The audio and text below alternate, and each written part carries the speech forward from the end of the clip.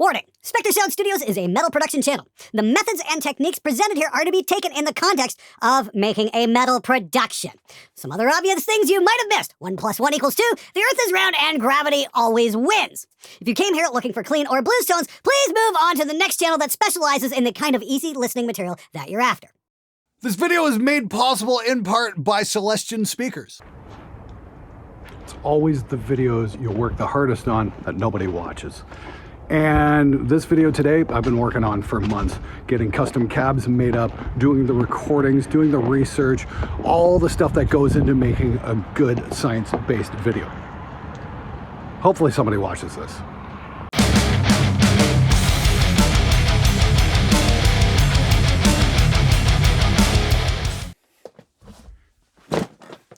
Needless to say, I'm a little bit nervous about this one, but hey, let's get to it, shall we? Hey everybody, I'm Glenn Fricker, engineer here at Spectre Sound Studios in Windsor, Ontario. I've been recording local bands since 1998 and been trying to get the best value for my money when it comes to buying gear. I spent a lot of time on forums reading everything I can get my hands on about the subject of recording. And as it turns out, there's a lot of misinformation out there when it comes to recording a great metal guitar sound. So I've made it my mission to get to the bottom of things, cut through the nonsense, and hopefully help someone out there avoid the mistakes that I've made. Because I have wasted an awful lot of money over the years chasing down a great metal tone. Guitar speakers aren't glamorous, but they are the single most important part of your signal chain. It's not the Tonewood, it's not the tubes, and it sure as shit isn't playing authentic. That load of bullshit is just gonna burn a hole in your wallet. The speaker. This is the part of the electric guitar signal that turns the electric energy into acoustic energy. And they can vary wildly in voicing. The tone shift you're gonna get from a vintage 30 to an EVH to a neo creamback is going to be massive. Now, things get interesting when we move the same speaker from cabinet to cabinet, because how the box behind the speaker is designed will have a significant impact on a guitar's tone. We explored this last September with a video, what actually affects guitar tone when we move the same vintage 30 between 3 separate cabinets.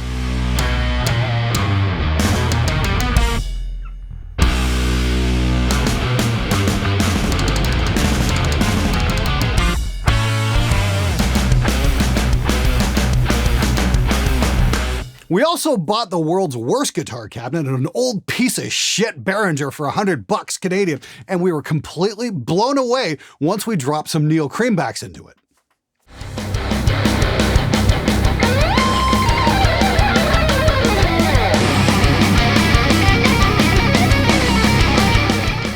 Suddenly, this relic from the trash heap became my favorite sounding cab, and it's made from MDF, medium density fiberboard. But conventional wisdom tells us that plywood is the best material to make a guitar cabinet from. So the question comes up, how much is the material that a guitar cabinet is made from affecting the overall tone? Now, Tonewood is a myth that guitar makers came up with as a way to overcharge the foolish when it comes to buying solid body electrics, because the parts converting string energy into electricity are not acted upon by the guitar's body. Now, I did a video about this a few months ago, and it was also confirmed just recently in Jim Lill's outstanding video, Where Does the Tone Come From? I highly recommend checking out that video if you haven't yet. Now, guitar cabs are something different because they're working in the acoustic realm, and the energy levels involved are exponentially greater than a string vibrating against a solid body electric. When you crank a guitar amp up, you can feel the cabinet vibrate as it's interacting with its speaker. It's not a big stretch to imagine that different cabinet material is going to vibrate differently. But will it affect a recorded guitar tone in any significant way? So I contacted my old friend Steve Chaisson and had him build 3 identical guitar cabs. One from plywood, one from MDF, and just for laughs, one from particle board. Because we'd love to find out if Tonewood for cabinets is really a thing, or just more mumbo jumbo for gullible musicians to waste their money on, myself being number 1 among the gullible. This one on the left here is made out of MDF, this one is made out of plywood. They're both the exact same dimensions, the only difference being the wood that they're made of.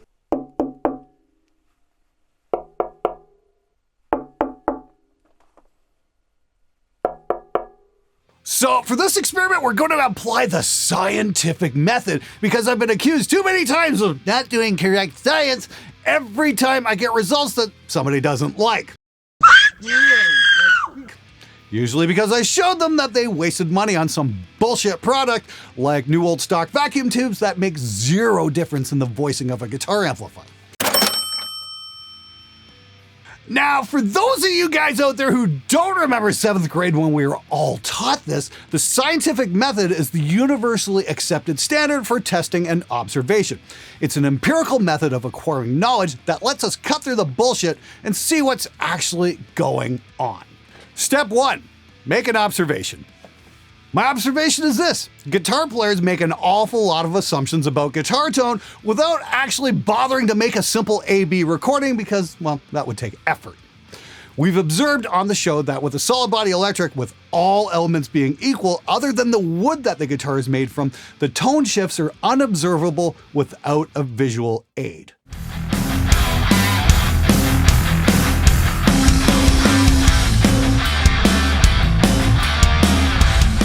Whereas changing the speaker type on an electric guitar amplifier has a noticeable and profound effect on tone, even with high-gain rhythm tone and a full-on raging metal mix.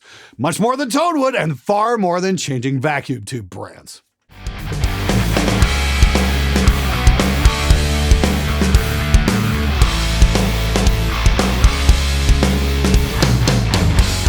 Step 2, ask a question. Will changing the wood type used in the construction of a loudspeaker cabinet have any noticeable difference in the tone in a metal mix? This is the kind of thing I'd like to answer because I've spent countless hours miking cabs over the years and I'm curious if the cabinet itself has been working against me. Number 3, form a hypothesis or testable explanation.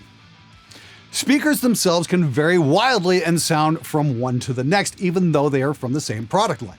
For instance, 4 vintage 30s in the same cabinet can all sound very different. So the test is this: record one speaker in cabinets made from plywood, MDF, and particle board.